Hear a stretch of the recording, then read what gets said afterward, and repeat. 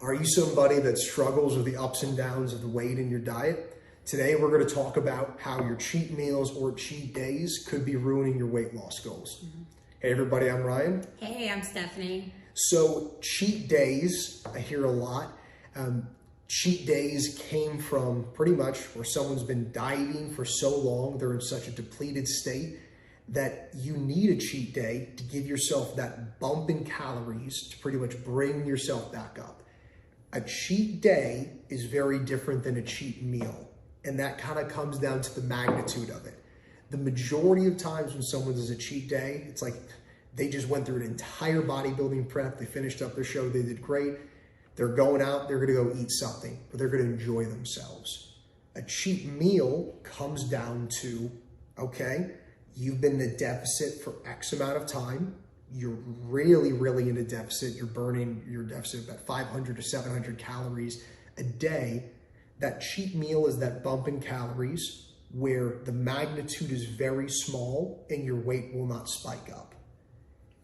A lot of people, when they're starting out or just in the beginning of their fitness journey, and I was guilty of this myself, is they will be on point Monday through Thursday, and then they're like, oh, it's the weekend, I'm gonna do whatever, and they're spinning their wheels. They're not seeing results, they're not losing weight, they're not gaining muscle, whatever their goal for that person happens to be. And that's because, you know, your deficit is calculated out weekly, and if you are in a deficit Monday through Thursday, but then you're eating whatever you want, drinking beers and margaritas all weekend, well, you can undo a deficit really fast with cheat days.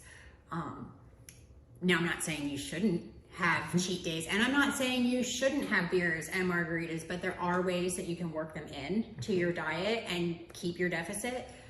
That's what I personally do. If I know I'm going out to dinner with my husband on Saturday, I will eat a little bit less every day that week so that I still keep my deficit on Saturday and have my cheat meal or whatever that looks like. Absolutely. So whenever you're looking at your overall weight and you're like, man, I just keep staying in the same spot, start looking at these things. If you're incorporating cheat days and cheat meals, really look at it from, am I staying in a deficit, or am I destroying that deficit Friday, Saturday, and Sunday?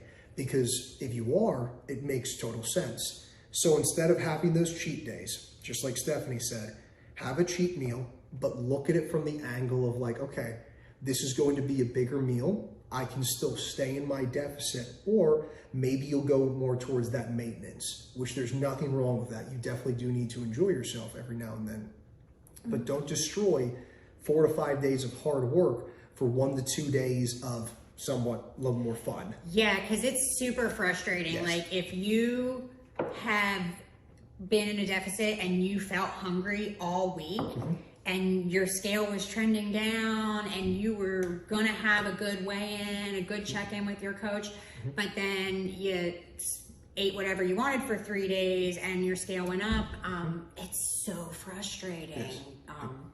And it doesn't have to be that way. There's ways around it. You can have a hamburger, you can have pizza, you just have to fit them into your deficit. Absolutely. So hopefully this is beneficial, guys. If you enjoyed it, definitely leave a comment down below. Let us know if you do have a cheat day or cheat meal, what your favorite ones are. We'd love to hear about it, and definitely keep us posted. Reach out if you need anything. See ya. Bye, guys. Bye.